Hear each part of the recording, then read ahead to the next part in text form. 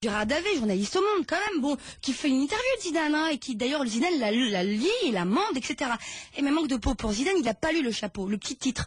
Et dans le titre, il est écrit, oui, j'avoue, j'ai arrêté de prendre la créatine, quand je suis arrivé au Real Madrid. Coup de fil immédiat de Zinedine Zidane à Davet, lui-même. Ensuite, coup de fil du frère qui lui déconseille de revenir à Marseille.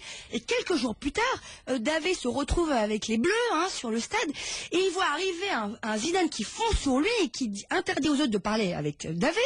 Et quand Davet lui dit, mais écoutez, vous avez un problème, qu'est-ce qui se passe? Et là, un Zidane, qu'on dit d'ailleurs très timide et réservé, qui lui répond, moi je trouve qu'elle est quand même forte, la réponse, pourquoi j'aurais un problème? Je suis beau, je suis jeune, je suis riche, pas de problème, mais je t'avais prévenu. Alors voilà, alors moi je trouve que ces choses-là révèlent aussi un Zidane qu'on ne connaissait pas.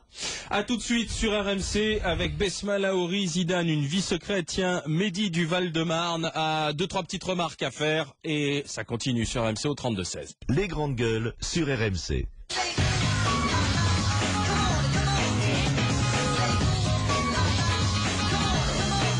Deux, trois petites réactions déjà par SMS où l'on me dit Besma Lahouri, est-il vrai que certains journaux ont parlé de votre livre sans en avoir lu la première ligne? Ah ben je peux vous donner les noms, parce que moi le principe c'est de toujours dire la vérité, toujours. L'équipe. Alors le problème de l'équipe, il faut un papier, donc l'Express sort le mercredi, enfin jeudi, et le journaliste de l'équipe qui fait un papier. Et manque de peau, il n'a jamais lu ce livre, parce que le livre n'a été disponible que le lundi.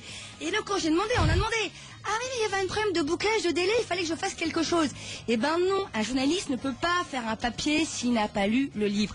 Idem pour le Parisien.fr. Alors là, pareil, j'ai dit, écoutez, allô, pardon, mais vous l'avez pas encore lu. Oui, délai de bouclage. Alors moi, je me dis, le problème est là, c'est que si mon livre, il part comme ça, écrit par des journalistes, d'ailleurs, dont beaucoup, j'ai gratine dans mon livre d'ailleurs, je raconte aussi le... On parlait du problème tout à l'heure, voilà, justement, pour Florence Schall. Il n'y a pas que Florence Schall. Mais voilà, il y a vraiment un gros problème au niveau de notre métier. Aujourd'hui, c'est un vrai problème. Non, mais moi je reconnais que moi je peux pas demander à certains journalistes de l'équipe de me dire que mon livre est un chef-d'œuvre quand je raconte les liaisons dangereuses. Ça à faire l'équipe de lire des liaisons dangereuses. Les liaisons dangereuses avec entre l'ancienne rédaction de l'équipe, notamment l'ancien patron de Claude Rouzan, qui était le patron des rédactions, qui fait une erreur monumentale. Il écrit ce qu'il pense pour une fois. Donc il dit à la fin à la sortie du match, il me le raconte, je le raconte dans le livre. Il voit ce coup de tête et puis il se dit mais c'est pas possible, on ne fait pas ça devant des enfants. Et Zidane, toi t'as des enfants, et il fait l'erreur de l'écrire comme ça spontanément de Berlin. Et quand il revient le lendemain à l'équipe, il voit les gens qui font la tête. Et là, il comprend qu'il a fait une boulette. Il n'aurait pas dû dire ce qu'il pensait. Oui, donc pas de liberté d'expression, on n'a pas le droit d'écorner une multinationale. Pas de liberté d'expression en ce qui concerne Zidane, mais Besma Lahouri, elle garde sa liberté de dire tout ce qu'elle pense sur RMC. Elle l'a écrit dans son livre en ce qui concerne Zizou. À vous de nous le dire aussi au 32-16. Avant de retrouver Besma Lahouri, pour celui ou celle d'entre vous qui a envie d'un lecteur DVD, il faut trouver la zérébinette du jour. Karim, vas-y. Alors la zérébinette du jour, c'est Zidane et ses zones. Non, c'est pas ça. Il y a toujours quelqu'un qui pourrait mettre des doutes sur moi. Je comprends, mais je m'en fous. Et ce n'est pas Zidane. C'est pas Sarkozy non plus. Il y a toujours quelqu'un qui pourrait mettre des doutes sur moi. Je comprends, mais je m'en fous. C'est quelqu'un qui est en train de se remettre en selle. Oh là là. T'as tout dit, hein. Sur la scène médiatique. Au sens propre et figuré. 32-16 a compris de qui il s'agissait et on vous envoie le lecteur DVD. RMC, Alain Marchal, Olivier Truchot et les grandes gueules. Besma Lahouri enquête sur Zidane, une vie secrète aux éditions Flammarion. Mehdi est avec nous. Bonjour Mehdi. Ouais, salut les grandes gueules. Salut Mehdi. Ouais. Alors allez-y. Ouais, moi je voulais poser une petite question. Déjà, quand j'entends parler la dame qui a écrit le livre sur Zidane, là, je trouve qu'elle fait plus commère que journaliste dans sa façon de parler et tout ça. Je trouve ça fait plus du commérage de voisins. Ouais, moi, une femme, hein. Allez, c'est une femme, alors on attaque là-dessus. Non, ça c'est facile, ça c'est facile de dire c'est une femme, pas du tout. Bien au contraire, non, moi je trouve que vous brisez le rêve de tous ces gamins qui s'identifient à Zidane. Je trouve que c'est un peu casser le rêve des gamins. Qu'est-ce qu'on en a à foutre? Je trouve qu'il y a des choses sur lesquelles il faut inquiéter qui sont plus importantes que ce que vous dites sur Zidane. Je trouve que c'est facile. Après que les grandes gueules disent que c'est courageux, je trouve pas ça courageux. C'est un moyen comme un autre de faire de l'argent, parce que s'attaquer à la personne la plus populaire en France, et ben c'est un bon moyen de prendre un livre. C'est pas un livre d'attaque, Besma. Bonjour Mehdi, pardon, bonjour. Quand même. Excusez-moi, bonjour. Non, désolé. Alors c'est pas du tout une attaque. C'est justement parce que c'est l'homme préféré des Français que moi, en tant que fan et en tant que journaliste et puis femme aussi, et j'ai envie de savoir mais c'est quoi sa vie quotidienne et c'est quoi d'être ce qu'il est lui, d'être submergé, sollicité en permanence. Comment c'est d'être le père de Zidane, le fils de Zidane? Mais peut-être pas pour vous, Mehdi, mais c'est pas un problème, c'est pas grave. Peut-être que votre frère il va aimer, je sais pas, ou votre papa.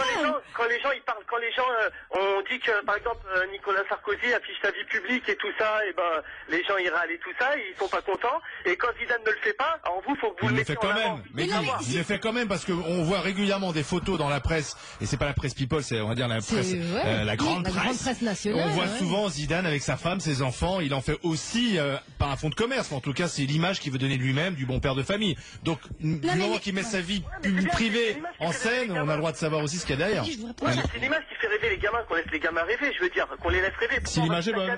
Je trouve que c'est facile. Ouais, mais ça va, je veux dire, il fait pas un vendeur d'armes non plus. Quand on écoute, on a l'impression. C'est pas ce que dit Besma non plus. Mais j'ai jamais dit que c'était un vendeur d'armes. J'ai jamais dit que c'était un méchant. Mais justement, moi, à l'origine, ce livre, pourquoi je l'ai fait? Je suis comme vous, j'adore Zidane. Il m'a fait rêver. En 98, il m'a fait rêver. Mais vous me parlez d'enfants, justement, d'enfants. Quand Zidane, en pleine finale de Coupe du Monde, devant 2 milliards de personnes, donne un coup de tête à quelqu'un. Moi, je pense qu'on a le droit de dire que c'est pas mal. Et il a le droit aussi d'en demander pardon. Et c'est pas manquer d'honneur, et c'est pas manquer de virilité que de demander pardon. Alors après, moi, quand je découvre dans mon enquête, c'est pour ça que franchement, j'aimerais bien que vous le lisiez, puis on en reparlera volontiers, c'est de dire que le Zidane, il le regrette, il s'en mord les doigts, mais il est tellement seul qu'il peut en parler à personne. Donc, vous pouvez pas dire que je rêve vraiment le rêve des millions d'enfants. Mais vous le connaissez personnellement, Zidane. Après, comment on peut juger quelqu'un qu'on connaît pas? Vous avez enquêté sur lui à travers des. Mais heureusement que j'écris pas sur les gens que je connais personnellement. Voilà, donc moi je ne comprends pas votre démarche de votre livre, je ne comprends pas. À part faire des sous. Ouais, mais Mehdi, attendez, restez à l'écoute de ce que va dire Besma. Vous l'avez rencontré personnellement, Zidane? Oui, je l'ai rencontré quand j'étais en Algérie. J'ai passé 5 jours avec lui en Algérie. Je l'ai rencontré. J'avais rencontré son père aussi, Ismaïl, avant. J'avais rencontré sa mère. J'ai rencontré Nordine. Je l'ai vu. Nordine, c'est son frère. Nordine, c'est son frère. Et vraiment, Mehdi, faut le lire, quoi, le livre, parce que je raconte aussi sa vie avec ses frères et ses sœurs et sa sœur. Je raconte avec ses parents. Je raconte aussi comment ses parents aussi sont sollicités et submergés par l'aura de leur fils. Donc moi, ce que je vous conseille, enfin je vous conseille pas, mais ce qui serait vraiment sympa, c'est vous le lisez et puis on en parle. Parce que là, moi, je peux pas défendre quelque chose sur rien. En fait. Quelle impression vous laisse ce livre, Karim? Quelle impression ça te laisse? Alors d'écrire comme ça sur Zidane, est-ce qu'on peut toucher l'icône ou pas? Est-ce qu'il faut faire attention? Les menaces? Moi, je suis très clair sur le sujet.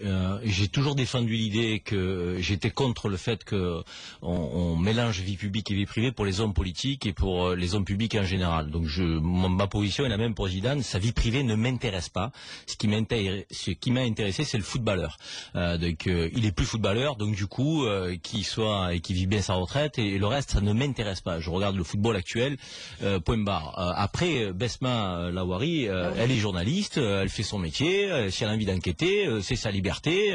Donc je veux dire, elle a pas non plus, c'est pas un délit ce qu'elle a fait. Je veux dire, donc et si on n'a pas envie de lire le livre, on le lit pas. Moi je le lirai pas. Si on a envie de le lire, on l'achète et on le lit. Donc je veux dire, mais je vois pas pourquoi on en fait une affaire d'État. Je veux dire, on a écrit sur des hommes publics qui n'avaient pas envie d'afficher leur vie privée, donc, et pour autant on n'a pas fait autant, je veux dire, de plats. Donc pour le coup, moi je le lirai pas. J'aime pas quand on fouille à la vie privée, mais le journaliste qui fait de l'investigation, de l'enquête, ben voilà, il décide de le faire. C'est son droit. Je partage l'avis de Karim, c'est pareil. Moi, la vie privée, j'en ai marre de ces bouquins, c'est vrai. Excuse-moi, Besma. Je trouve que tu as du courage, parce que c'est bien aussi de toucher à l'icône et puis de révéler des choses comme ça. Donc en effet, ton travail de journaliste est bien fait.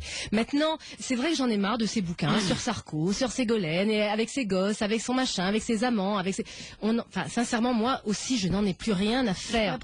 Voilà, et c'est ça moi qui commence à m'ennuyer dans toutes ces. Et puis alors t'as le Point, t'as l'Express qui sort les unes et on en fait une affaire d'État des fois pour pas grand chose. Donc 11 pages de Zidane dans l'Express. J'aurais préféré qu'il y ait 11 pages pour nous expliquer la mondialisation et les effets dévastateurs de l'économie actuellement sur notre vie quotidienne. C'est plus sur le sort du Point, quoi.